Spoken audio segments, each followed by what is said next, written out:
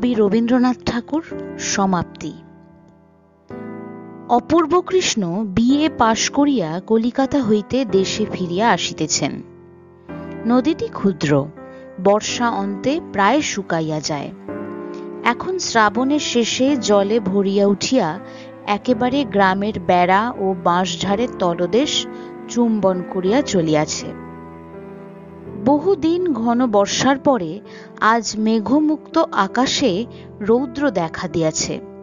নৌকায় আসীন অপূর্ব কৃষ্ণের মনের ভিতরকার একখানি ছবি যদি দেখিতে পাইতাম, তবে দেখিতাম সেখানেও এই যুবকের মানস নদী নববর্ষায় কুলে কুলে ভরিয়া আলোকে জলজল এবং বাতাসে ছলছল করিয়া উঠিতেছে।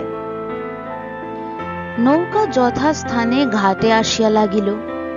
নদী তীর হইতে অপূর্বদের বাড়ির পাকা ছাদ গাছের অন্তরাল দিয়া দেখা যাইতেছে।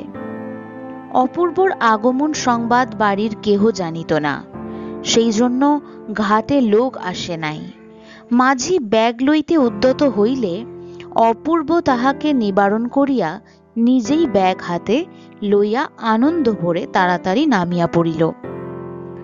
নামিবা মাত্র তীর ছিল পিছল, ব্যাগ সমেত অপূর্ব কাদায় পড়িয়া গেল।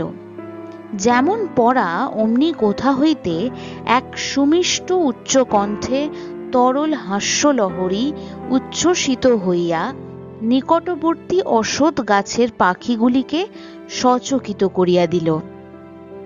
অপূর্ব অত্যন্ত লজ্জিত হইয়া তাড়াতাড়ি আত্মসংবরণ করিয়া চাহিয়া দেখিল তীরে মহাজনের নৌকা হইতে নূতন ইট রাশিকৃত করিয়া নামাইয়া রাখা হইয়াছে। তাহারই উপরে বসিয়া একটি মেয়ে হাস্যাবেগে এখনই শতধা হইয়া যাইবে এমনই মনে হইতেছে। অপূর্ব চিনিতে পারিল তাহাদেরই নূতন প্রতিবেশিনীর মেয়ে মৃন্ময়ী। দূরে বড় নদীর ধারে ইহাদের বাড়ি ছিল। সেখানে নদীর ভাঙনে দেশ ত্যাগ করিয়া বছর 2-3 হইল এই গ্রামে আসিয়া বাস করিতেছে। এই মেয়েটির অখ্যাতির কথা অনেক শুনিতে পাওয়া যায়। পুরুষ গ্রামবাসীরা স্নেহ ভরে ইহাকে পাগলি বলে, কিন্তু গ্রামের গৃহিণীরা ইহার উচ্ছৃঙ্খল স্বভাবে সর্বদা ভীত, চিন্তিত, শঙ্কান্বিত। গ্রামের যত ছেলেদের সহিতই ইহার খেলা। সমবয়সী মেয়েদের প্রতি অবজ্ঞার সীমা নাই। শিশুরাজ্যে এই মেয়েটি একটি ছোটখাটো বর্গীর উপদ্রব বলিলেই হয়। বাপের আদরের মেয়ে কিনা, সেই জন্য ইহার এতটা দুর্দান্ত প্রতাপ। এই সম্বন্ধে বন্ধুদের নিকট মৃন্ময়ীর মা স্বামীর বিরুদ্ধে সর্বদা অভিযোগ করিতে ছাড়িত না। অথচ বাপ ইহাকে ভালোবাসে। বাপ কাছে থাকিলে মৃন্ময়ীর চোখে অশ্রুবিন্দু তাহার অন্তরে বড়ই বাজিত। ইহাই মনে করিয়া প্রবাসী স্বামীকে স্মরণপূর্বক মৃন্ময়ীর মা মেয়েকে কিছুতেই কাঁদাইতে পারিত না।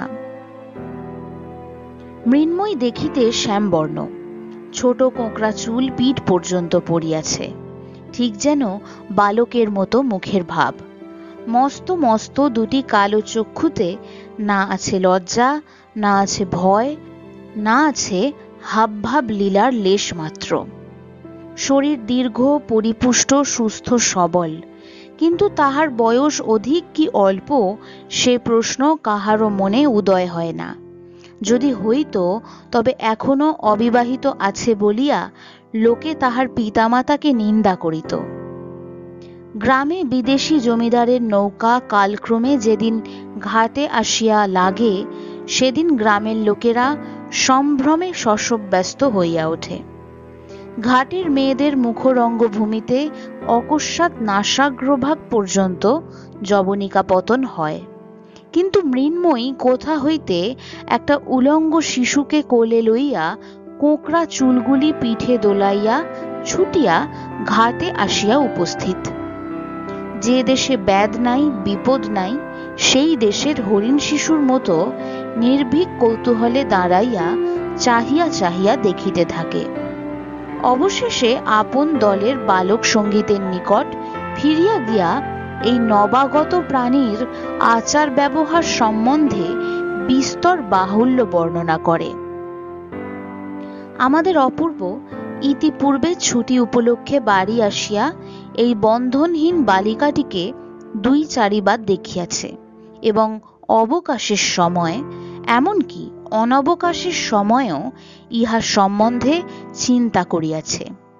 পৃথিবীতে অনেক মুখ চোখে পড়ে, কিন্তু এক একটি মুখ বলা কওয়া নাই একেবারে মনের মধ্যে গিয়া উত্তীর্ণ হয়।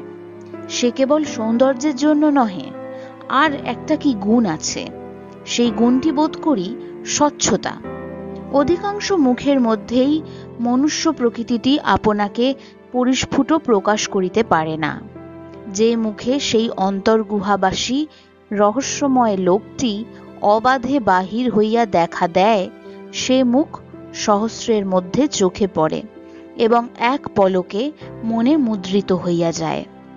এই বালিকার মুখে চোখে একটি দুরন্ত অবাধ্য নারী প্রকৃতি উন্মুক্ত বেগবান অরণ্য মৃগের মতো সর্বদা দেখা দেয়, খেলা করে। সেই জন্য এই জীবন চঞ্চল মুখখানি একবার দেখিলে আর সহজে ভোলা যায় না। পাঠক দিগকে বলা বাহুল্য, মৃন্ময়ীর কৌতুক হাস্যধ্বনি যতই সুমিষ্ট হোক, দুর্ভাগা অপূর্বর পক্ষে কিঞ্চিত ক্লেশদায়ক হইয়াছিল। সে তাড়াতাড়ি মাঝির হাতে ব্যাগ সমর্পণ করিয়া রক্তিম মুখে দ্রুত বেগে গৃহ অভিমুখে চলিতে লাগিল। আয়োজনটি অতি সুন্দর হইয়াছিল। নদীর তীর, গাছের ছায়া, পাখির গান, প্রভাতের রৌদ্র, 20 বৎসর বয়স। অবশ্য ইটের স্তূপটা তেমন উল্লেখযোগ্য নয়, কিন্তু যে ব্যক্তি তাহার উপর বসিয়াছিল সে এই শুষ্ক কঠিন আসনের প্রতিও একটি মনোরম শ্রী বিস্তার করিয়াছিল। হায়, এমন দৃশ্যের মধ্যে প্রথম পদক্ষেপ মাত্রেই যে সমস্ত কবিত্ব প্রহসনে পরিণত হয়, ইহা অপেক্ষা অদৃষ্টের নিষ্ঠুরতা আর কি হইতে পারে। সেই ইষ্টক শিখর হইতে প্রবহমান হাস্যধ্বনি শুনিতে শুনিতে চাদরে ও ব্যাগে কাদা মাখিয়া গাছের ছায়া দিয়া অপূর্ব বাড়িতে গিয়া উপস্থিত হইল। অকস্মাৎ পুত্রের আগমনে তাহার বিধবা মাতা পুলকিত হইয়া উঠিলেন। তৎক্ষণাৎ ক্ষীর দধি রুই মাছের সন্ধানে দূরে নিকটে লোক দৌড়িল এবং পাড়া প্রতিবেশীর মধ্যেও একটা আন্দোলন উপস্থিত হইল। আহারান্তে মা অপূর্বর বিবাহের প্রস্তাব উত্থাপন করিলেন।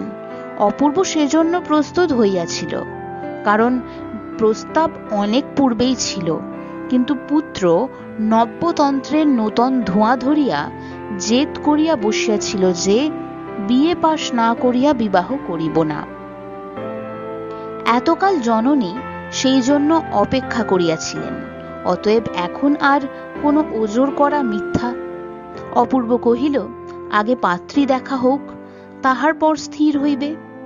মা কহিলেন, পাত্রী দেখা হইয়াছে, সেজন্য তোকে ভাবিতে হইবে না। অপূর্ব ওই ভাবনাটা নিজে ভাবিতে প্রস্তুত হইল এবং কহিল, মেয়ে না দেখিয়া বিবাহ করিতে পারিব না। মা ভাবিলেন, এমন সৃষ্টি ছাড়া কথাও কখনো শোনা যায় নাই, কিন্তু সম্মত হইলেন। সেই রাত্রে অপূর্ব প্রদীপ নিবাইয়া বিছানায় শয়ন করিলে পর বর্ষা নিশীথের সমস্ত শব্দ এবং সমস্ত নিস্তব্ধতার পরপ্রান্ত হইতে বিজন বিনিদ্র শয্যায় একটি উচ্ছ্বসিত উচ্চমধুর কণ্ঠের হাস্যধ্বনি তাহার কানে আসিয়া ক্রমাগত বাজিতে লাগিল। মন নিজেকে কেবলই এই বলিয়া পীড়া দিতে লাগিল যে সকাল বেলাকার সেই পদস্খলনটা যেন কোনো একটা উপায় সংশোধন করিয়া লওয়া উচিত। বালিকা জানিল না যে আমি অপূর্ব কৃষ্ণ অনেক বিদ্যা উপার্জন করিয়াছি, কলিকাতায় বহুকাল যাপন করিয়া আসিয়াছি, দৈবাৎ পিছলে পা দিয়া কাদায় পড়িয়া গেলেও আমি উপহাস্য উপেক্ষণীয় একজন যে সে গ্রাম্য যুবক নহি। পরদিন অপূর্ব কনে দেখতে যাইবে। অধিক দূরে নহে, পাড়াতেই তাহাদের বাড়ি। একটু বিশেষ যত্নপূর্বক সাজ করিল। ধুতি ও চাদর ছাড়িয়া সিল্কের চাপকান জোব্বা, মাথায় একটা গোলাকার পাগড়ি এবং বার্নিশ করা একজোড়া জুতা পায়ে দিয়া সিল্কের ছাতা হস্তে প্রাতঃকালে বাহির হইল। সম্ভাবিত শ্বশুর বাড়িতে পদার্পণ করিবা মাত্র মহা সমারোহে সমাদরের ঘটা পড়িয়া গেল। অবশেষে যথাকালে কম্পিত হৃদয়ে মেয়েটিকে ঝাড়িয়া মুছিয়া রং করিয়া খোঁপায় রাংতা জড়াইয়া একখানি পাতলা রঙিন কাপড়ে মুড়িয়া বরের সম্মুখে আনিয়া উপস্থিত করা হইল। সে এক কোণে নীরবে মাথা প্রায় হাঁটুর কাছে ঠেকাইয়া বসিয়া রহিল এবং এক প্রৌঢ়া দাসী তাহাকে সাহস দিবার জন্য পশ্চাতে উপস্থিত রহিল। কনের এক বালক ভাই, তাহাদের পরিবারের মধ্যে এই এক নূতন অনধিকার প্রবেশোদ্যত লোকটির পাগড়ি, ঘড়ির চেন এবং নবদগত শুশ্রূ এক মনে নিরীক্ষণ করিতে লাগিল। অপূর্ব কিয়ৎকাল গোঁফে তা দিয়া অবশেষে গম্ভীরভাবে জিজ্ঞাসা করিল, তুমি কি পড়ো?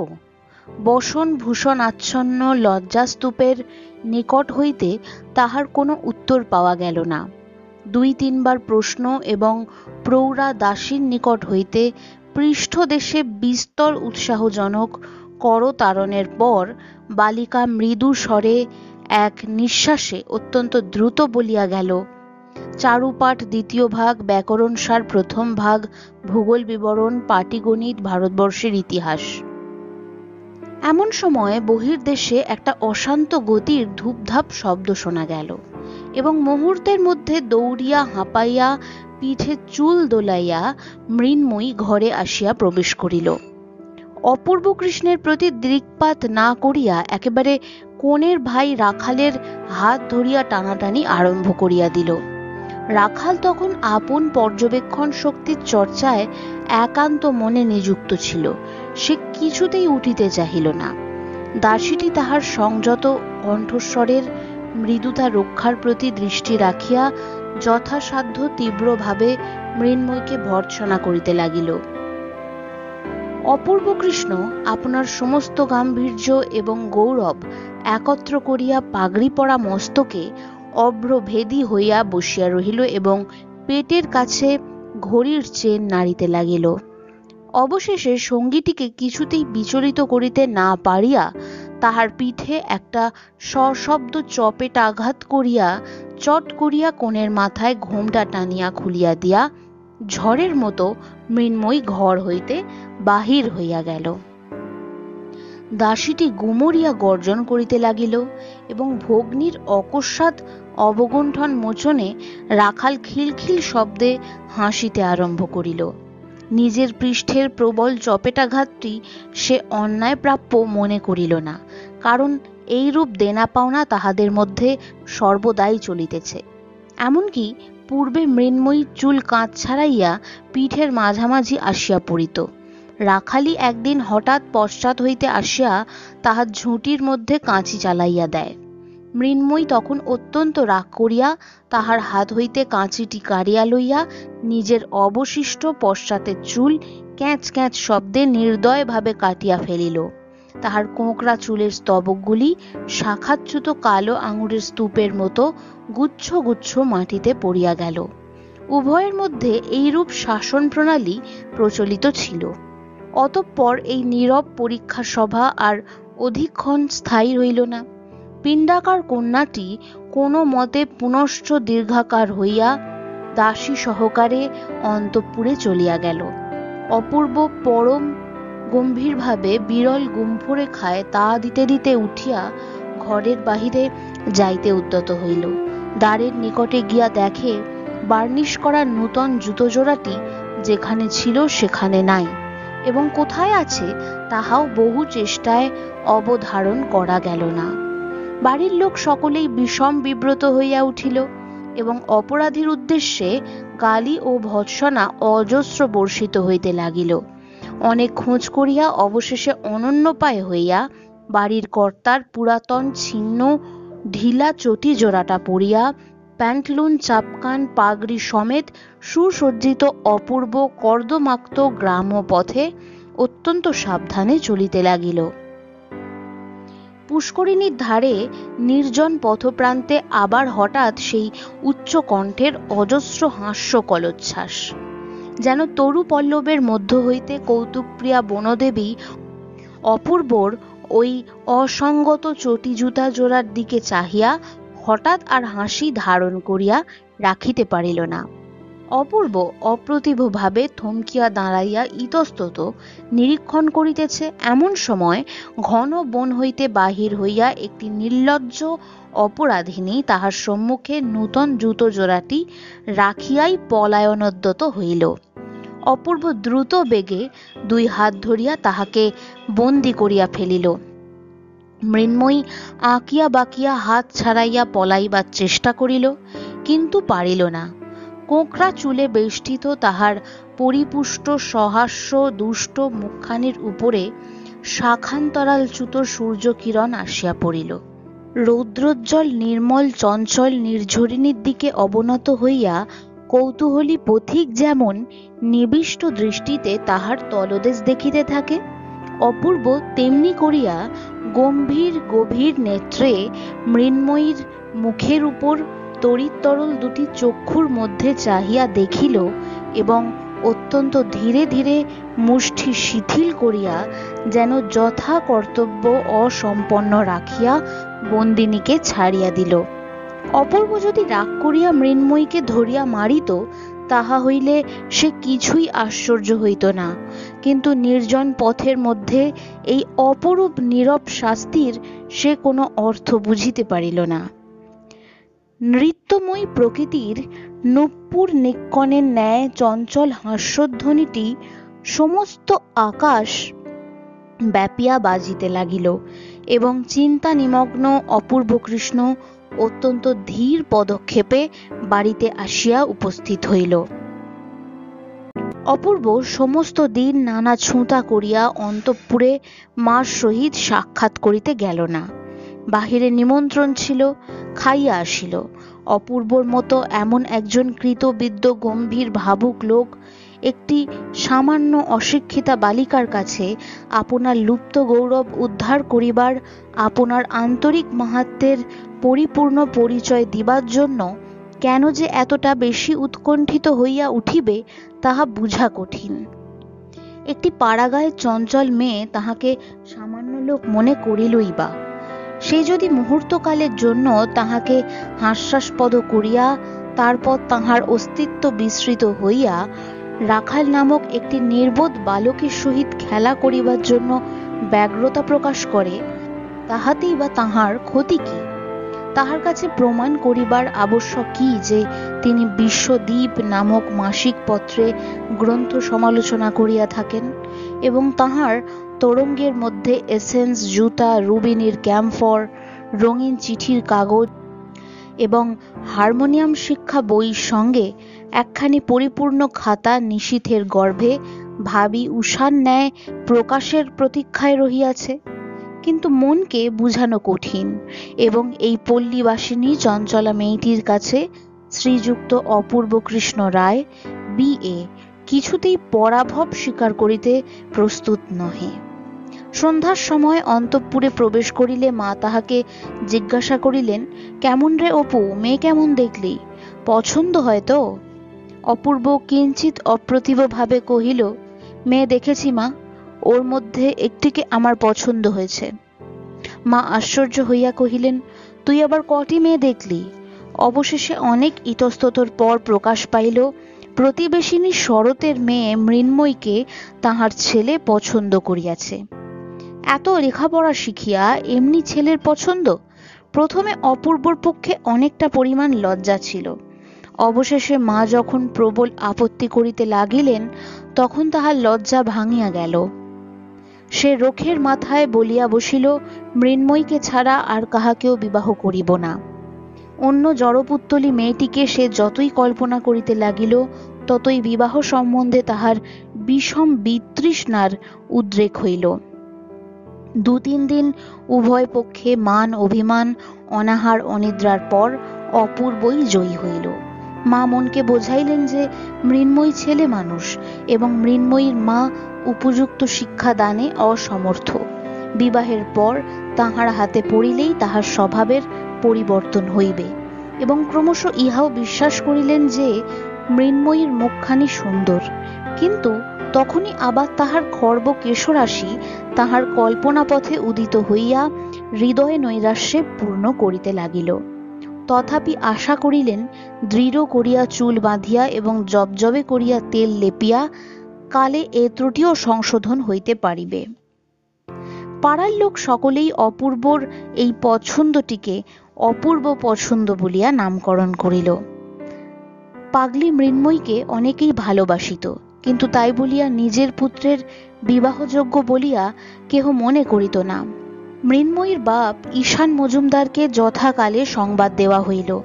সে কোনো একটি স্টিমার কোম্পানির কেরানি রূপে দূরে নদী তীরবর্তী একটি ক্ষুদ্র স্টেশনে একটি ছোট টিনের ছাদ বিশিষ্ট কুটিরে মাল ওঠানো নামানো এবং টিকিট বিক্রয় কার্যে নিযুক্ত ছিল। তাহার মৃন্ময়ীর বিবাহ প্রস্তাবে 2 চক্ষু বহিয়া জল পড়িতে লাগিল। তাহার মধ্যে কতখানি দুঃখ এবং কতখানি আনন্দ ছিল পরিমাণ করিয়া বলিবার কোনো উপায় নাই। কন্যার বিবাহ উপলক্ষে ঈশান হেড আপিসের সাহেবের নিকট ছুটি প্রার্থনা করিয়া দরখাস্ত দিল। সাহেব উপলক্ষটা নিতান্তই তুচ্ছ জ্ঞান করিয়া ছুটি না মঞ্জুর করিয়া দিলেন। তখন পূজার সময় 1 সপ্তাহ ছুটি পাইবার সম্ভাবনা জানিয়া সে পর্যন্ত বিবাহ স্থগিত রাখিবার জন্য দেশে চিঠি লিখিয়ে দিল। কিন্তু অপূর্বর মা কহিল, এই মাসে দিন ভালো আছে, আর বিলম্ব করিতে পারিব না। উভয়তই প্রার্থনা অগ্রাহ্য হইলে পর ব্যথিত হৃদয় ঈশান আর কোনো আপত্তি না করিয়া পূর্বমতো মাল ওজন এবং টিকিট বিক্রয় করিতে লাগিল। অতঃপর মৃন্ময়ীর মা এবং পল্লীর যত বর্ষীয়সীগণ সকলে মিলিয়া ভাবী কর্তব্য সম্বন্ধে মৃন্ময়ীকে অহর্নিশি উপদেশ দিতে লাগিল। ক্রীড়া শক্তি, দ্রুত গমন, উচ্চহাস্য, বালকদিগের সহিত আলাপ এবং ক্ষুধা অনুসারে ভোজন সম্বন্ধে সকলেই নিষেধ পরামর্শ দিয়া বিবাহটাকে বিভীষিকারূপে প্রতিপন্ন করিতে সম্পূর্ণ কৃতকার্য হইল। উৎকণ্ঠিত শঙ্কিত হৃদয় মৃন্ময়ী মনে করিল তাহার যাবজ্জীবন কারাদণ্ড এবং তদবসানে ফাঁসি রুকুম হইয়াছে। সে দুষ্ট পানি ঘোড়ার মতো ঘাড় বাঁকাইয়া পিছু হটিয়া বলিয়া বসিল, আমি বিবাহ করিব না। কিন্তু তথাপি বিবাহ করিতে হইল। তারপরে শিক্ষা আরম্ভ হইল। 1 রাত্রির মধ্যে মৃন্ময়ীর সমস্ত পৃথিবী অপূর্বর মার অন্তঃপুরে আসিয়া আবদ্ধ হইয়া গেল। শাশুড়ি সংশোধন কার্যে প্রবৃত্ত হইলেন। অত্যন্ত কঠিন মুখ করিয়া কহিলেন, দেখো বাছা, তুমি কিছু আর কচি খুকি নও। আমাদের ঘরে অমন বেহায়াপনা করিলে চলিবে না। শাশুড়ি যেভাবে বলিলেন মৃন্ময়ী সেভাবে কথাটা গ্রহণ করিল না। সে ভাবিল, এ ঘরে যদি না চলে তবে বুঝি অন্যত্র যাইতে হইবে। অপরাহ্নে তাহাকে আর দেখা গেল না। কোথায় গেল খোঁজ পড়িল। অবশেষে বিশ্বাসঘাতক রাখাল তাহাকে তাহার গোপন স্থান হইতে ধরাইয়া দিল। সে বটতলার রাধাকান্ত ঠাকুরের পরিত্যক্ত ভাঙা রথের মধ্যে গিয়া বসিয়াছিল। শাশুড়ি মা এবং পাড়ার সমস্ত হিতৈষীগণ মৃন্ময়ীকে যেরূপ লাঞ্ছনা করিল তাহা পাঠকগণ এবং পাঠিকাগণ সহজেই কল্পনা করিতে পারিবেন। রাত্রে ঘন মেঘ করিয়া ঝুপঝুপ শব্দে বৃষ্টি হইতে আরম্ভ হইল। অপূর্বকৃষ্ণ বিছানার মধ্যে অতি ধীরে ধীরে মৃন্ময়ীর কাছে ঈষৎ অগ্রসর হইয়া তাহার কানে কানে মৃদু স্বরে কহিল, মৃন্ময়ী, তুমি আমাকে ভালোবাসো না? মৃন্ময়ী সতেজ বলিয়া উঠিল, না, আমি তোমাকে কখনোই ভালোবাসবো না। তাহার যত রাগ এবং যত শাস্তি বিধান সমস্তই পুঞ্জীভূত বজ্রের ন্যায় অপূর্বর মাথার উপর নিক্ষেপ করিল। অপূর্ব ক্ষুণ্ণ হইয়া কহিল, কেন, আমি তোমার কাছে কি দোষ করেছি? মৃন্ময়ী কহিল, তুমি আমাকে বিয়ে করলে কেন? এ অপরাধের সন্তোষজনক কৈফিয়ত দেওয়া কঠিন, কিন্তু অপূর্ব মনে মনে কহিল, যেমন করিয়া হোক এই দুর্বাধ্য মনটিকে বশ করিতে হইবে। পরদিন শাশুড়ি মৃন্ময়ীর বিদ্রোহী ভাবের সমস্ত লক্ষণ দেখিয়া তাহাকে ঘরে দরজা বন্ধ করিয়া রাখিয়া দিল। সে নূতন পিঞ্জরাবদ্ধ পাখির মতো প্রথমে অনেকক্ষণ ঘরের মধ্যে ধরফর করিয়া বেড়াইতে লাগিল। অবশেষে কোথাও পালাইবার কোনো পথ না দেখিয়া নিষ্ফল ক্রোধে বিছানার চাদরখানা দাঁত দিয়া ছিঁড়িয়া কুটি কুটি করিয়া ফেলিল এবং মাটির উপর উপুর হইয়া মনে মনে বাবাকে ডাকিতে ডাকিতে কাঁদিতে লাগিল। এমন সময় ধীরে ধীরে কে তাহার পাশে আসিয়া বসিল। সস্নেহে তাহার ধূলি লুণ্ঠিত চুলগুলি কপলের উপর হইতে তুলিয়া দিবার চেষ্টা করিল। মৃন্ময়ী সবলে মাথা নাড়িয়া তাহার হাত সরাইয়া দিল। অপূর্ব কানের কাছে মুখ নত করিয়া মৃদু স্বরে কহিল, আমি লুকিয়ে দরজা খুলে দিয়েছি, এসো আমরা খিড়কির বাগানে পালিয়ে যাই। মৃন্ময়ী প্রবল বেগে মাথা নাড়িয়া সতেজে সরোদনে কহিল, না। অপূর্ব তাহার চিবুক ধরিয়া মুখ তুলিয়া দিবার চেষ্টা করিয়া কহিল, একবার দেখো কে এসেছে। রাখাল ভূপতি তো মৃন্ময়ীর দিকে চাহিয়া হতবুদ্ধির ন্যায় দ্বারের কাছে দাঁড়াইয়াছিল। মৃন্ময়ী মুখ না তুলিয়া অপূর্বর হাত ঠেলিয়া দিল। অপূর্ব কহিল, রাখাল তোমার সঙ্গে খেলা করতে এসেছে, খেলতে যাবে? সে বিরক্তি উচ্ছ্বসিত স্বরে কহিল, না। রাখালও সুবিধা নয় বুঝিয়া কোনো মতে ঘর হইতে পালাইয়া হাঁপ ছাড়িয়া বাঁচিল। অপূর্ব চুপ করিয়া বসিয়া রহিল। মৃন্ময়ী কাঁদিতে কাঁদিতে শ্রান্ত হইয়া ঘুমাইয়া পড়িল। তখন অপূর্ব পা টিপিয়া বাহির হইয়া দ্বারের শিকল দিয়া চলিয়া গেল। তাহার পরদিন মৃন্ময়ী বাপের কাজ হইতে এক পত্র পাইল।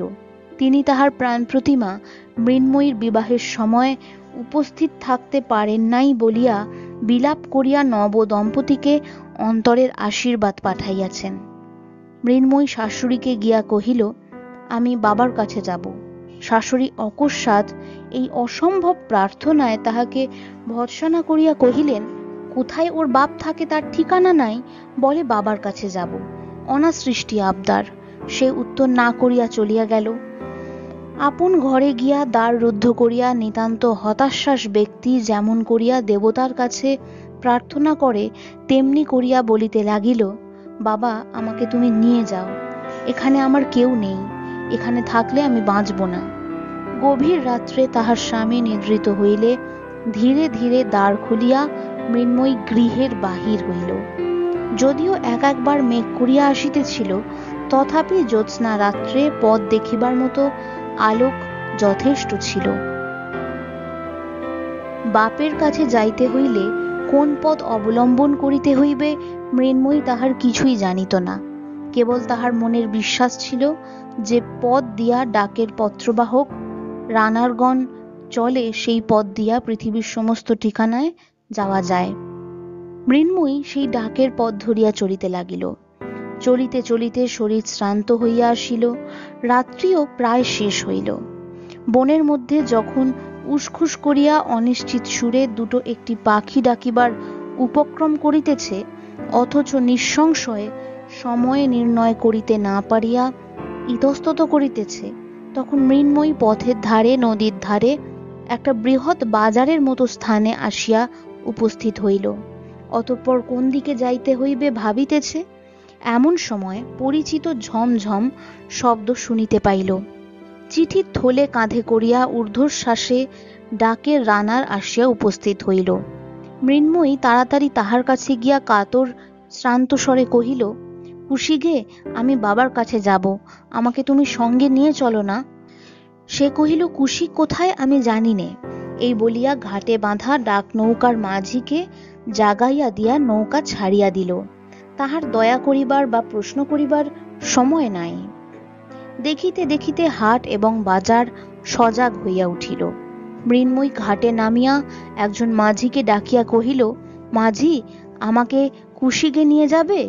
মাঝি তাহার উত্তর দিবার পূর্বেই পাশের নৌকা হইতে একজন বলিয়া উঠিল, আরে কে ও মিনুমা, তুমি এখানে কোথা থেকে?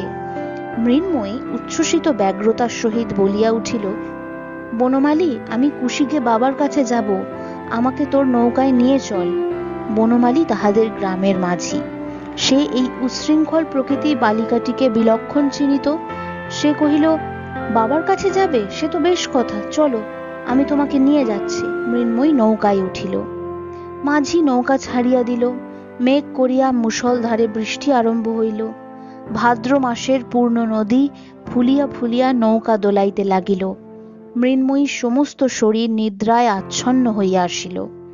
অঞ্চল পাতিয়া সে নৌকার মধ্যে শয়ন করিল এবং এই দুরন্ত বালিকা নদী দোলায় প্রকৃতির স্নেহ পালিত শান্ত শিশুটির মতো অকাতরে ঘুমাইতে লাগিল। জাগিয়া উঠিয়া দেখিল সে তাহার শ্বশুরবাড়িতে খাটে শুইয়া আছে। তাহাকে জাগ্রত দেখিয়া ঝি বকিতে আরম্ভ করিল। ঝির কণ্ঠস্বরে শাশুড়ি আসিয়া অত্যন্ত কঠিন কঠিন করিয়া বলিতে লাগিলেন। মৃন্ময়ী বিস্ফারিত নেত্রে নীরবে তাহার মুখের দিকে চাহিয়া রহিল। অবশেষে তিনি যখন তাহার বাপের শিক্ষাদোষের উপর কটা করিয়া বলিলেন, তখন মৃন্ময়ী দ্রুত পদে পাশের ঘরে প্রবেশ করিয়া ভিতর হইতে শিকল বন্ধ করিয়া দিল। অপূর্ব লজ্জার মাথা খাইয়া মাকে আসিয়া বলিল, মা, বউকে 2-1 দিনের জন্য একবার বাপের বাড়ি পাঠিয়ে দিতে দোষ কি? মা অপূর্বকে ন ভূত ন ভবিষ্যতি ভর্ৎসনা করিতে লাগিলেন এবং দেশে এত মেয়ে থাকিতে বাছিয়া বাছিয়া এই অস্থিদাহকারী দস্যু মেয়েকে ঘরে আনার জন্য তাহাকে যথেষ্ট গঞ্জনা করিলেন। সেদিন সমস্ত দিন বাহিরে ঝড় বৃষ্টি এবং ঘরের মধ্যেও অনুরূপ দুর্যোগ চলিতে লাগিল। তাহার পরদিন গভীর রাত্রে অপূর্ব মৃন্ময়ীকে ধীরে ধীরে জাগ্রত করিয়া কহিল, মৃন্ময়ী, তোমার বাবার কাছে যাবে? মৃন্ময়ী সবেগে অপূর্বর হাত চাপিয়া ধরিয়া সচকিত হইয়া বলিল, যাব। অপূর্ব চুপি চুপি কহিল, তবে এসো, আমরা দুজনে আস্তে আস্তে পালিয়ে যাই। আমি ঘাটে নৌকা ঠিক করে রেখেছি। মৃন্ময়ী অত্যন্ত সকৃতজ্ঞ হৃদয়ে একবার স্বামীর মুখের দিকে চাহিল। তাহার পর তাড়াতাড়ি উঠিয়া কাপড় ছাড়িয়া বাহির হইবার জন্য প্রস্তুত হইল। অপূর্ব তাহার মাতার চিন্তা দূর করিবার জন্য একখানি পত্র রাখিয়া দুইজনে বাহির হইল। মৃন্ময়ী সেই অন্ধকার রাত্রে জনশূন্য নিস্তব্ধ নির্জন গ্রাম পথে এই প্রথম স্বেচ্ছায় আন্তরিক নির্ভরের সহিত স্বামীর হাত ধরিল। তাহার হৃদয়ের আনন্দ উদ্বেগ সেই সুকোমল স্পর্শযোগে তাহার স্বামীর শিরার মধ্যে সঞ্চারিত হইতে লাগিল। নৌকা সেই রাত্রেই ছাড়িয়া দিল। অশান্ত হর্ষোচ্ছ্বাস সত্ত্বেও অনতি বিলম্বেই মৃন্ময়ী ঘুমাইয়া পড়িল। পরদিন কি মুক্তি, কি আনন্দ! দুই ধারে কত গ্রাম বাজার শস্যক্ষেত্র বন, দুই ধারে কত নৌকা যাতায়াত করিতেছে। মৃন্ময়ী প্রত্যেক তুচ্ছ বিষয়ে স্বামীকে সহস্রবার করিয়া প্রশ্ন করিতে লাগিল। ওই নৌকায় কি আছে? উহারা কোথা হইতে আসিয়াছে? এই জায়গার নাম কি? এমন সকল প্রশ্ন যাহার উত্তর অপূর্ব কোনো কলেজের বইতে পায় নাই এবং যাহা তাহার কলিকাতার অভিজ্ঞতায় কুলাইয়া ওঠে না। বন্ধুগণ শুনিয়া লজ্জিত হইবেন, অপূর্ব এই সকল প্রশ্নের প্রত্যেকটারই উত্তর করিয়াছিল এবং অধিকাংশ উত্তরের সহিত সত্যের ঐক্য হয় নাই। যথা, সে তিলের নৌকাকে তিসির নৌকা, 5 বেড়েকে রায়নগর এবং মুন্সেফের আদালতকে জমিদারি কাছারি বলিতে কিছু মাত্র কুণ্ঠিত বোধ করে নাই এবং এই সমস্ত ভ্রান্ত উত্তরে বিশ্বস্ত হৃদয় প্রশ্নকারিণীর সন্তোষে তিলমাত্র ব্যাঘাত জন্মায় নাই। পরদিন সন্ধ্যাবেলায় নৌকা কুশিগে গিয়া পৌঁছিল। টিনের ঘরে একখানি ময়লা চৌকা কাঁচের লণ্ঠনে তেলের বাতি জ্বালাইয়া ছোট ডেস্কের উপর একখানি চামড়ায় বাঁধা মস্ত খাতা রাখিয়া গা খোলা ঈশানচন্দ্র টুলের ওপর বসিয়া হিসাব লিখিতেছিলেন। এমন সময় নবদম্পতি ঘরের মধ্যে প্রবেশ করিল। মৃন্ময়ী ডাকিল, বাবা। সে ঘরে এমন কণ্ঠধ্বনি এমন করিয়া কখনো ধ্বনিত হয় নাই। ঈশানের চোখ দিয়া দরদর করিয়া অশ্রু পড়িতে লাগিল। সে কি বলিবে কি করিবে কিছুই ভাবিয়া পাইল না। তাহার মেয়ে এবং জামাই যেন সাম্রাজ্যের যুবরাজ এবং যুবরাজ মহিষী। এই সমস্ত পাটের বস্তার মধ্যে তাহাদের উপযুক্ত সিংহাসন কেমন করিয়া নির্মিত হইতে পারে, ইহাই যেন তাহার দিশাহারা বুদ্ধি ঠিক করিয়া উঠিতে পারিল না। তাহার পর আহারের ব্যাপার, সেও এক চিন্তা। দরিদ্র কেরানি নিজ হস্তে ডাল ভাতে ভাত পাক করিয়া খায়।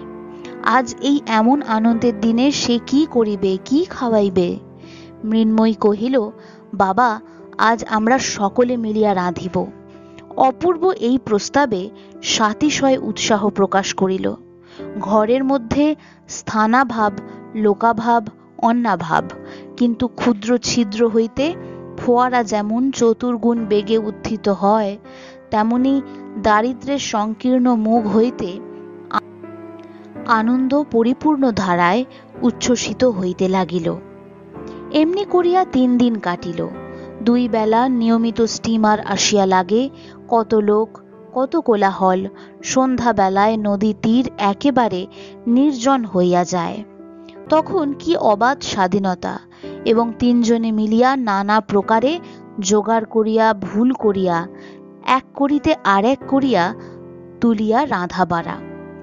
তাহার পরে মৃন্ময়ীর বলয় ঝুঁকৃত স্নেহ হস্তের পরিবেশনে শ্বশুর জামাতার একত্রে আহার এবং গৃহিণীপনার সহস্র ত্রুটি প্রদর্শন পূর্বক মৃন্ময়ীকে পরিহাস ও তাহা লইয়া বালিকার আনন্দ কলহ এবং মৌখিক অভিমান। অবশেষে অপূর্ব জানাইল আর অধিক দিন থাকা উচিত হয় না। মৃন্ময়ী করুণ স্বরে আরও কিছুদিন সময় প্রার্থনা করিল। ঈশান কহিল, কাজ নাই। বিদায়ের দিন কন্যাকে বুকের কাছে টানিয়া তাহার মাথায় হাত রাখিয়া অশ্রু গদগদ কণ্ঠে ঈশান কহিল, মা, তুমি শ্বশুর ঘর উজ্জ্বল করিয়া লক্ষ্মী হইয়া থাকিও। কেহ যেন আমার মিনুর কোনো দোষ না ধরিতে পারে। মৃন্ময়ী কাঁদিতে কাঁদিতে স্বামীর সহিত বিদায় হইল এবং ঈশান সেই দ্বিগুণ নিরানন্দ সংকীর্ণ ঘরের মধ্যে ফিরিয়া গিয়া দিনের পর দিন, মাসের পর মাস নিয়মিত মাল ওজন করিতে লাগিল। এই অপরাধী যুগল গৃহে ফিরিয়া আসিলে মা অত্যন্ত গম্ভীর ভাবে রহিলেন, কোনো কথাই কহিলেন না। কাহারও ব্যবহারের প্রতি এমন কোনো দোষারোপ করিলেন না যাহা সে স্খলন করিতে চেষ্টা করিতে পারে। এই নীরব অভিযোগ, নিস্তব্ধ অভিমান লৌহ ভারের মতো সমস্ত ঘরকন্নার উপর অটল ভাবে চাপিয়া রহিল। অবশেষে অসহ্য হইয়া উঠিলে অপূর্ব আসিয়া কহিল, মা, কলেজ খুলেছে, এখন আমাকে আইন পড়তে যেতে হবে। মা উদাসীন ভাবে কহিলেন, বউয়ের কি করবে? অপূর্ব কহিল, বউ এখানেই থাক। মা কহিলেন, না বাপু, কাজ নাই, তুমি তাকে তোমার সঙ্গে নিয়ে যাও। সচরাচর মা অপূর্বকে তুই সম্ভাষণ করিয়া থাকেন। অপূর্ব অভিমান ক্ষুণ্ণ স্বরে কহিল, আচ্ছা। কলিকাতা যাইবার আয়োজন পড়িয়া গেল। যাইবার আগের রাত্রে অপূর্ব বিছানায় আসিয়া দেখিল মৃন্ময়ী কাঁদিতেছে। হঠাৎ তাহার মনে আঘাত লাগিল। বিষণ্ণ কণ্ঠে কহিল, মৃন্ময়ী, আমার সঙ্গে কলকাতায় যেতে তোমার ইচ্ছে করছে না? মৃন্ময়ী কহিল, না। অপূর্ব জিজ্ঞাসা করিল, তুমি আমাকে ভালোবাসো না? এ প্রশ্নের কোনো উত্তর পাইল না। অনেক সময় এই প্রশ্নটির উত্তর অতিশয় সহজ, কিন্তু আবার এক সময় ইহার মধ্যে মনস্তত্ত্ব ঘটিত এত জটিলতার সংস্রব থাকে যে বালিকার নিকট হইতে তাহার উত্তর প্রত্যাশা করা যায় না। অপূর্ব প্রশ্ন করিল, রাখালকে ছেড়ে যেতে তোমার মন কেমন করছে? মৃন্ময়ী অনায়াসে উত্তর করিল, হ্যাঁ। বালক রাখালের প্রতি এই বিয়ে পরীক্ষোত্তীর্ণ কৃতবিদ্য যুবকের সূচির মতো অতি সূক্ষ্ম অথচ অতি সুতীক্ষ্ণ ঈর্ষার উদয় হইল। কহিল, আমি অনেক কাল আর বাড়ি আসতে পারবো না। এই সংবাদ সম্বন্ধে মৃন্ময়ীর কোনো বক্তব্য ছিল না। বোধহয় 2 বৎসর কিংবা তারও বেশি হতে পারে। মৃন্ময়ী আদেশ করিল, তুমি ফিরে আসবার সময় রাখালের জন্য একটা 3 মুখ রজাসের ছুরি কিনে নিয়ে এসো। অপূর্ব শয়ান অবস্থা হইতে ঈষৎ উত্থিত হইয়া কহিল, তুমি তাহলে এইখানেই থাকবে? মৃন্ময়ী কহিল, হ্যাঁ, আমি মায়ের কাছে গিয়ে থাকব। অপূর্ব নিঃশ্বাস ফেলিয়া কহিল, আচ্ছা, তাই থেকো। যতদিন না তুমি আমাকে আসবার জন্য চিঠি লিখবে আমি আসব না। খুব খুশি হলে? মৃন্ময়ী এই প্রশ্নের উত্তর দেয়া বাহুল্য বোধ করিয়া ঘুমাইতে লাগিল, কিন্তু অপূর্বর ঘুম হইল না। বালিশ উঁচু করিয়া ঠেসান দিয়া বসিয়া রহিল। অনেক রাত্রে হঠাৎ চাঁদ উঠিয়া চাঁদের আলো বিছানার উপর আসিয়া পড়িল। অপূর্ব সেই আলোকে মৃন্ময়ীর দিকে চাহিয়া দেখিল। চাহিয়া চাহিয়া মনে হইল যেন রাজকন্যাকে কে রূপোর কাঠি ছোঁয়াইয়া অচেতন করিয়া রাখিয়া গিয়াছে। একবার কেবল সোনার কাঠি পাইলেই এই নিদ্রিত আত্মাটিকে জাগাইয়া তুলিয়া মালা বদল করিয়া লওয়া যায়। রূপোর কাঠি হাস্য আর সোনার কাঠি অশ্রু জল। ভোরের বেলায় অপূর্ব মৃন্ময়ীকে জাগাইয়া দিল। কহিল, মৃন্ময়ী, আমার যাইবার সময় হইয়াছে, চলো তোমাকে তোমার মার বাড়ি রাখিয়া আসি। মৃন্ময়ী শয্যা ত্যাগ করিয়া উঠিয়া দাঁড়াইলে অপূর্ব তাহার 2 হাত ধরিয়া কহিল, এখন আমার একটি প্রার্থনা আছে। আমি অনেক সময় তোমার অনেক সাহায্য করিয়াছি, আর যাইবার সময় তাহার একটি পুরস্কার দিবে? মৃন্ময়ী বিস্মিত হইয়া কহিল, কি? অপূর্ব কহিল, তুমি ইচ্ছা করিয়া ভালোবাসিয়া আমাকে একটি চুম্বন দাও। অপূর্বর এই অদ্ভুত প্রার্থনা এবং গম্ভীর মুখভাব দেখিয়া মৃন্ময়ী হাসিয়া উঠিল। হাস্য সংবরণ করিয়া মুখ বাড়াইয়া চুম্বন করিতে উদ্যত হইল, কাছাকাছি গিয়া আর পারিল না। খিলখিল করিয়া হাসিয়া উঠিল। এমন 2 বার চেষ্টা করিয়া অবশেষে নিরস্ত হইয়া মুখে কাপড় দিয়া হাসিতে লাগিল। শাসনোচ্ছলে অপূর্ব তাহার কর্ণমূল ধরিয়া নাড়িয়া দিল। অপূর্বর বড় কঠিন পণ। দস্যুবৃত্তি করিয়া কাড়িয়া লুটিয়া লওয়া সে আত্মাবমাননা মনে করে। সে দেবতার ন্যায় সগৌরবে থাকিয়া স্বেচ্ছানিত উপহার চায়, নিজের হাতে কিছুই তুলিয়া লইবে না। মৃন্ময়ী আর হাসিল না। তাহাকে প্রত্যুষের আলোকে নির্জন পথ দিয়া তাহার মার বাড়ি রাখিয়া অপূর্ব গৃহে আসিয়া মাতাকে কহিল, ভাবিয়া দেখিলাম বউকে আমার সঙ্গে কলিকাতায় লইয়া গেলে আমার পড়াশোনার ব্যাঘাত হইবে। সেখানে উহারও কেহ সঙ্গিনী নাই। তুমি তো তাহাকে এ বাড়িতে রাখিতে চাও না, আমি তাই তাহার মার বাড়িতেই রাখিয়া আসিলাম। সুগভীর অভিমানের মধ্যে মাতা পুত্রের বিচ্ছেদ হইল। মার বাড়িতে আসিয়া মৃন্ময়ী দেখিল কিছুতেই আর মন লাগিতেছে না। সে বাড়ির আগাগোড়া যেন বদল হইয়া গেছে। সময় আর কাটে না। কি করিবে, কোথায় যাইবে, কাহার সহিত দেখা করিবে ভাবিয়া পাইল না। মৃন্ময়ীর হঠাৎ মনে হইল যেন সমস্ত গৃহে এবং সমস্ত গ্রামে কেহ লোক নাই, যেন মধ্যাহ্নে সূর্যগ্রহণ হইল। কিছুতেই বুঝিতে পারিল না আজ কলিকাতায় চলিয়া যাইবার জন্য এত প্রাণপণ ইচ্ছা করিতেছে। কাল রাত্রে এই ইচ্ছা কোথায় ছিল? কাল সে জানিত না যে জীবনের যে অংশ পরিহার করিয়া যাইবার জন্য এত মন কেমন করিতেছিল, তৎপূর্বেই তাহার সম্পূর্ণ স্বাদ পরিবর্তন হইয়া গিয়াছে। গাছের পক্কপত্রের ন্যায় আজ সেই বৃন্তচ্যুত অতীত জীবনটাকে ইচ্ছাপূর্বক অনায়াসে দূরে ছুঁড়িয়া ফেলিল। গল্পে শোনা যায়, নিপুণ অস্ত্রকার এমন সূক্ষ্ম তরবারি নির্মাণ করিতে পারে যে তদ্বারা মানুষকে দ্বিখণ্ডিত করিলেও সে জানিতে পারে না। অবশেষে নাড়া দিলে 2 অর্ধখণ্ড ভিন্ন হইয়া যায়। বিধাতার তরবারি সেইরূপ সূক্ষ্ম। কখন তিনি মৃন্ময়ীর বাল্য ও যৌবনের মাঝখানে আঘাত করিয়াছিলেন সে জানিতে পারে নাই। আজ কেমন করিয়া নাড়া পাইয়া বাল্য অংশ যৌবন হইতে বিচ্যুত হইয়া পড়িল, এবং মৃন্ময়ী বিস্মিত হইয়া ব্যথিত হইয়া চাহিয়া রহিল। মাতৃগৃহে তাহার সেই পুরাতন শয়নগৃহকে আর আপনার বলিয়া মনে হইল না। সেখানে যে থাকিত সে হঠাৎ আর নাই।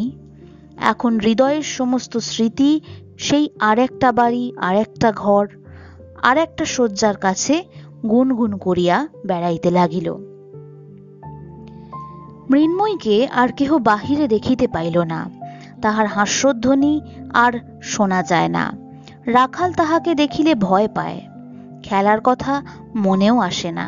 মৃন্ময়ী মাকে বলিল, মা, আমাকে শ্বশুরবাড়ি রেখে আয়। এদিকে বিদায়কালীন পুত্রের বিষণ্ণ মুখ স্মরণ করিয়া অপূর্বর মার হৃদয় বিদীর্ণ হইয়া যায়। সে যে রাগ করিয়া বউকে বেয়ানের বাড়ি রাখিয়া আসিয়াছে, ইহা তাহার মনে বড়ই বিঁধিতে লাগিল। হেনকালে একদিন মাথায় কাপড় দিয়া মৃন্ময়ী ম্লান মুখে শাশুড়ির পায়ের কাছে পড়িয়া প্রণাম করিল। শাশুড়ি তৎক্ষণাৎ ছলছল নেত্রে তাহাকে বক্ষে চাপিয়া ধরিলেন। মুহূর্তের মধ্যে উভয়ের মিলন হইয়া গেল।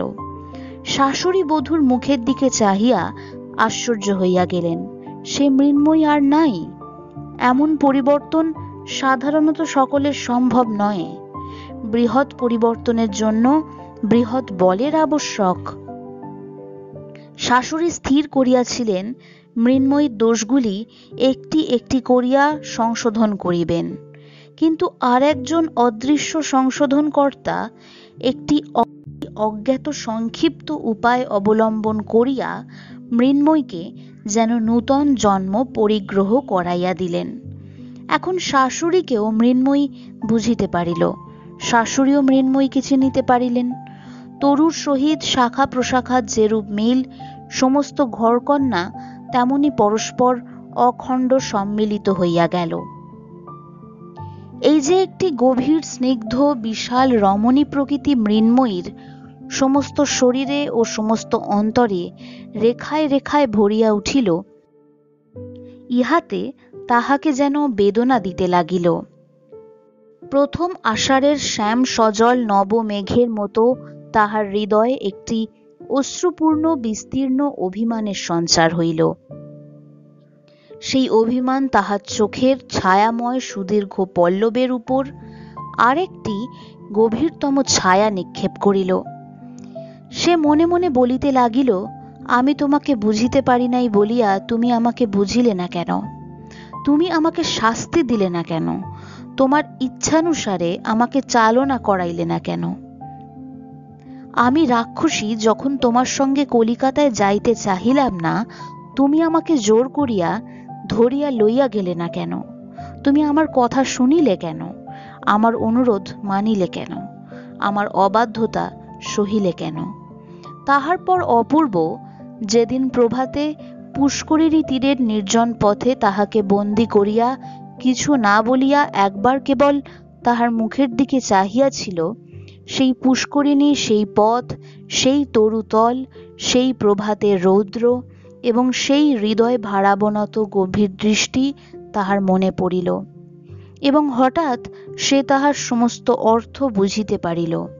তাহার পর সেই বিদায়ের দিনের যে চুম্বন অপূর্বর মুখের দিকে অগ্রসর হইয়া ফিরিয়া আসিয়াছিল, সেই অসম্পূর্ণ চুম্বন এখন মরুমরীচিকাভিমুখী তৃষার্ত পাখির ন্যায় ক্রমাগত সেই অতীত অবসরের দিকে ধাবিত হইতে লাগিল। কিছুতেই তাহার পিপাসা আর মিটিল না। এখন থাকিয়া থাকিয়া মনে কেবল উদয় হয়, আহা, অমুক সময়টিতে যদি এমন করিতাম, অমুক প্রশ্নে যদি এই উত্তর দিতাম, তখন যদি এমন হইত। অপূর্বর মনে এই বলিয়া ক্ষোভ জন্মিয়াছিল যে মৃন্ময়ী আমার সম্পূর্ণ পরিচয় পায় নাই। মৃন্ময়ীও আজ বসিয়া বসিয়া ভাবে, তিনি আমাকে কি মনে করিলেন, কি বুঝিয়া গেলেন। অপূর্ব তাহাকে যে দুরন্ত চপল অবিবেচক নির্বোধ বালিকা বলিয়া জানিল, পরিপূর্ণ হৃদয়ামৃত ধারায় প্রেম পিপাসা মিটাইতে সমরমণী বলিয়া পরিচয় পাইল না, ইহাতেই সে পরিতাপে লজ্জায় ধিক্কারে পীড়িত হইতে লাগিল। চুম্বনের এবং সোহাগের সেই ঋণগুলি অপূর্বর মাথার বালিশের ওপর পরিশোধ করিতে লাগিল। এমনি ভাবে কতদিন কাটিল। অপূর্ব বলিয়া গিয়াছিল, তুমি চিঠি না লিখিলে আমি ফিরিব না। মৃন্ময়ী তাহাই স্মরণ করিয়া একদিন ঘরে দ্বার রুদ্ধ করিয়া চিঠি লিখিতে বসিল। অপূর্ব তাহাকে যে সোনালি পাড় দেওয়া রঙিন কাগজ দিয়াছিল তাহাই বাহির করিয়া বসিয়া ভাবিতে লাগিল। খুব যত্ন করিয়া ধরিয়া লাইন বাঁক করিয়া অঙ্গুলিতে কালি মাখিয়া অক্ষর ছোট বড় করিয়া উপরে কোনো সম্বোধন না করিয়া একেবারে লিখিল, তুমি আমাকে চিঠি লেখো না কেন? তুমি কেমন আছো? আর তুমি বাড়ি এসো। আর কি বলবার আছে কিছুই ভাবিয়া পাইল না।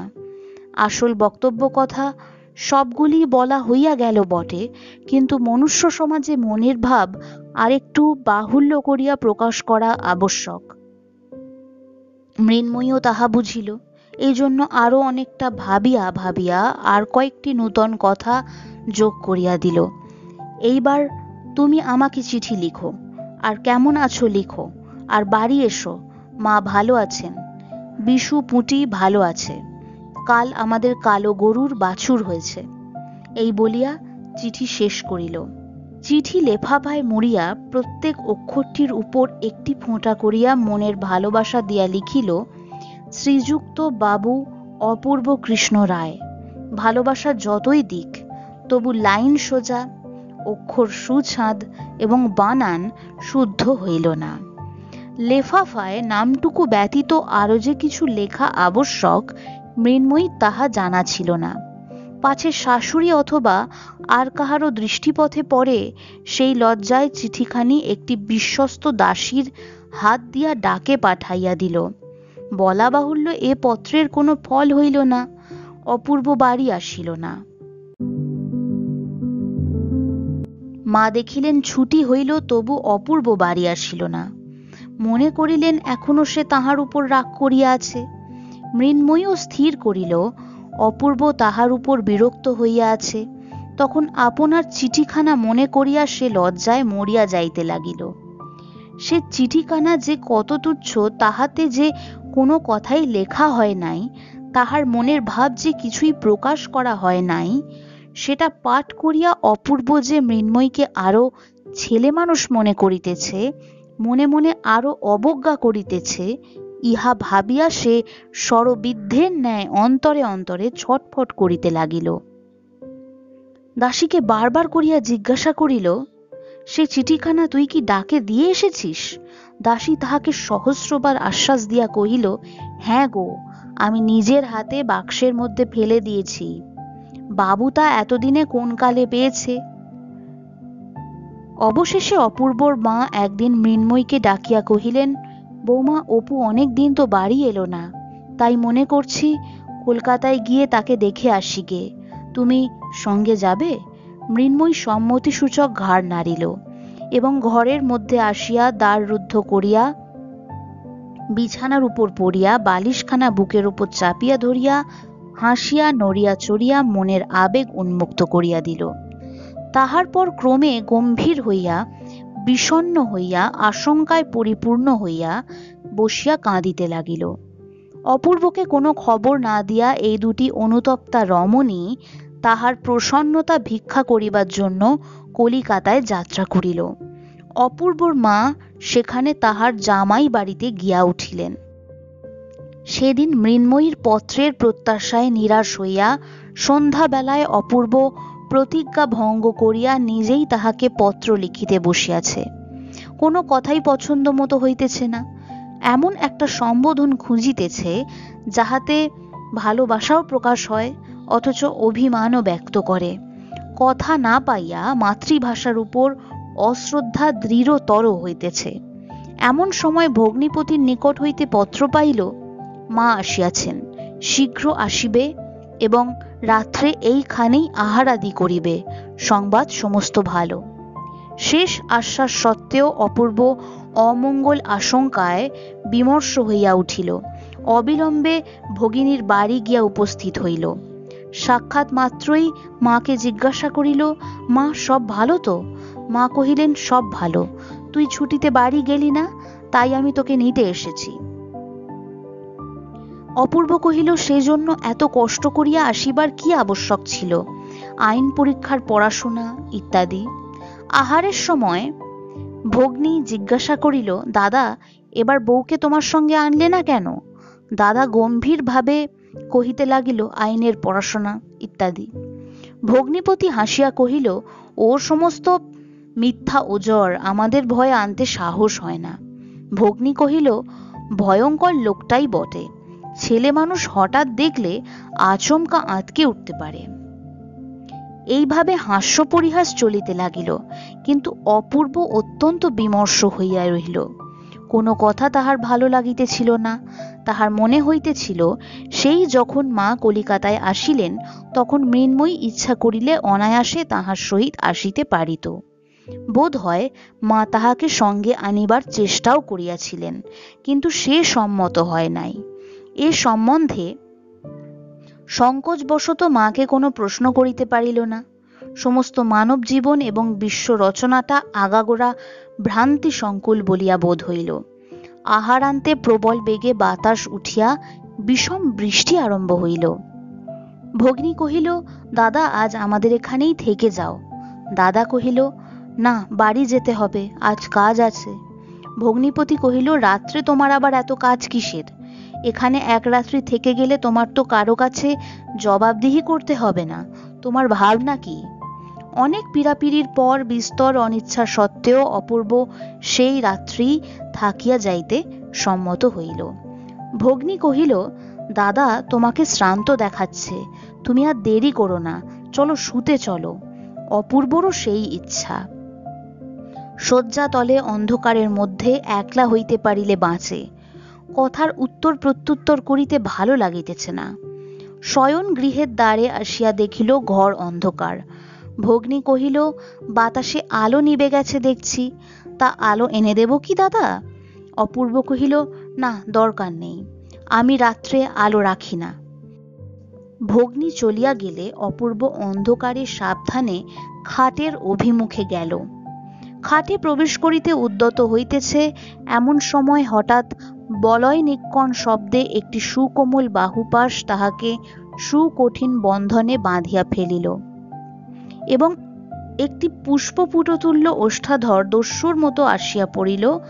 অবিরল অশ্রু জলসিক্ত আবেগপূর্ণ চুম্বনে তাহাকে বিস্ময় প্রকাশের অবসর দিল না।